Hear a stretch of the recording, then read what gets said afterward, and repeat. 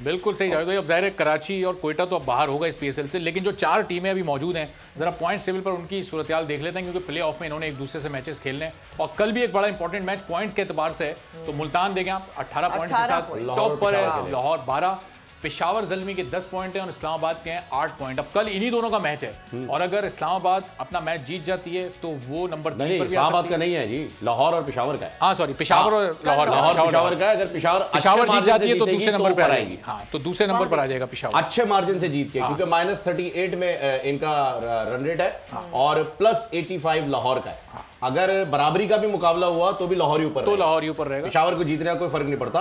अच्छे मार्जिन से जीते, या तो 7-8 विकेट से जीते, जल्दी ओवर्स में खत्म करे मैच 15-16 ओवर में, या फिर जो है वो कोई 50-60-70 रन की लीड से जीत जाए।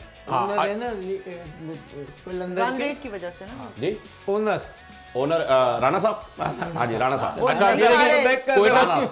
आप कोयटा की बदकिस्मती देखें, पॉइंट टेबल जरा एक बार फिर अगर लगाएं तो इस्लामाबाद और कोयटा के पॉइंट्स बिल्कुल सेम है, 8-8 सेम है, सिर्फ रन रेट का फर्क है। आप देखें वो भी बड़ा माइनर सा, दोनों का रन रेट माइनस में, लेकिन इस्लामाबाद का थोड़ा बेहतर रन रेट है, इसलिए इस्लामाबाद क्वालिफाई कर गया है और कोयटा वापस हो गया। कोयटा ने थोड़ी सी बेहतर क्रिकेट खेली होती तो कोयटा इस वक्त टूर्नामेंट में आज कोयटा अच्छे मार्जिन से जीत जाता। इसमें गलती क्या की है भाई, इतना अच्छा टूर्नामेंट होता सब होता, आपके पास 10 नहीं पर 20 लोग रहेंगे भाई। आपको ये कैलकुलेशन इनको करनी चाहिए, क्योंकि ये क्रिकेट में आप ये चीजें जाएंगे हेयर देयर वो ये तेरा मेरा नीचे एक बॉल, ये तो हो ही होगी।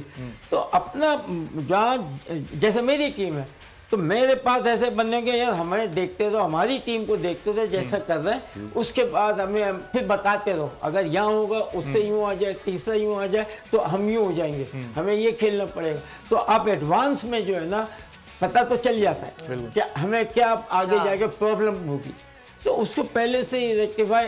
बड़ी अच्छी बात इनको मैं बता रहा हूँ कि जब इतना आप स्टाफ रखते हैं तो स्टाफ में ये चीज़ तो रखें। अगर दोनों के पॉइंट सेम है, पता जब मैं पहुंचा आप नहीं पहुंचे, वो क्यों नहीं पहुंचे, इसलिए कि आपने अपनी होमवर्क नहीं किया था, आप 10 की जगह 20 रन करते हैं। ऐसा ही है, ये कैलकुलेशन जो है बिल्कुल जावेद भाई बहुत जरूरी है। और मुल्तान की टीम इस वक्त पॉइंट टेबल पर टॉप पर क्यों है, क्योंकि उनके पास रिजवान जैसा कप्तान और परफॉर्मर है। रिजवान ने आज मैच के बाद क्या कहा, एक ब्रेक के बाद आपको वो भी दिखाएंगे और फिर प्ले ऑफ के मैचेस अब किस किस तरह शेड्यूल्ड हैं उस पर भी बात करेंगे। सब्सक्राइब करें और बेल दबाएं ताकि कोई खबर रह न जाए।